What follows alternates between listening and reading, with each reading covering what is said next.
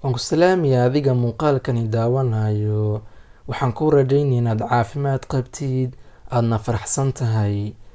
Waxaad ku soo dhawaataa muuqaalkani aan kaga hadli doono hal khalad oo aad samaysid markaad qof jeclaato. Khaladkani wiil iyo gabarba way sameeyaan markay wax jeclaadaan. Haddaba muxuu yahay? Intaan u gudagalin waxaan kaa codsanayaa inaad muuqaalka la garayso si dad badani u gaaro muuqaalka. Waad mahadsan tahay.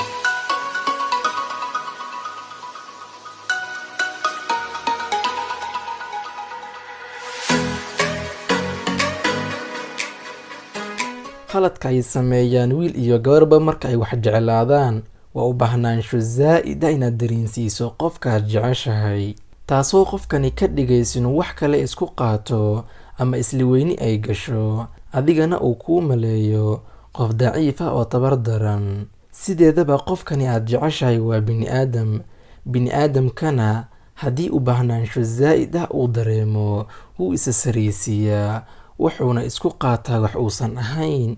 Taasina waa habdhaqanka bini'aadamka.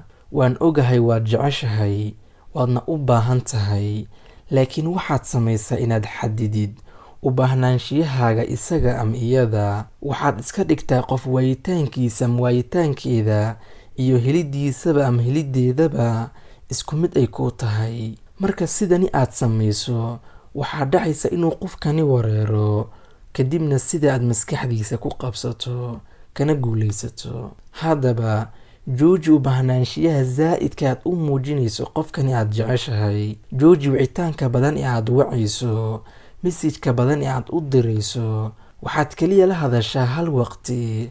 Ha kuu arko qofkan in aadan si zaa'id aadan ugu baahnayn.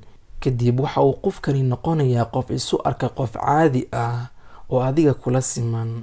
Ugu dambayn, waxaan la hadlayaa qof kasta oo la jeclaaday kadibna isu arka inuu dadka wax dheer yahay. Walaal, dadka waxba ma dheerid, just waa lagu jeclaaday. Qof baad dooqiisa noqotay, ha isku malaynin inaad dadka wax dheer tahay.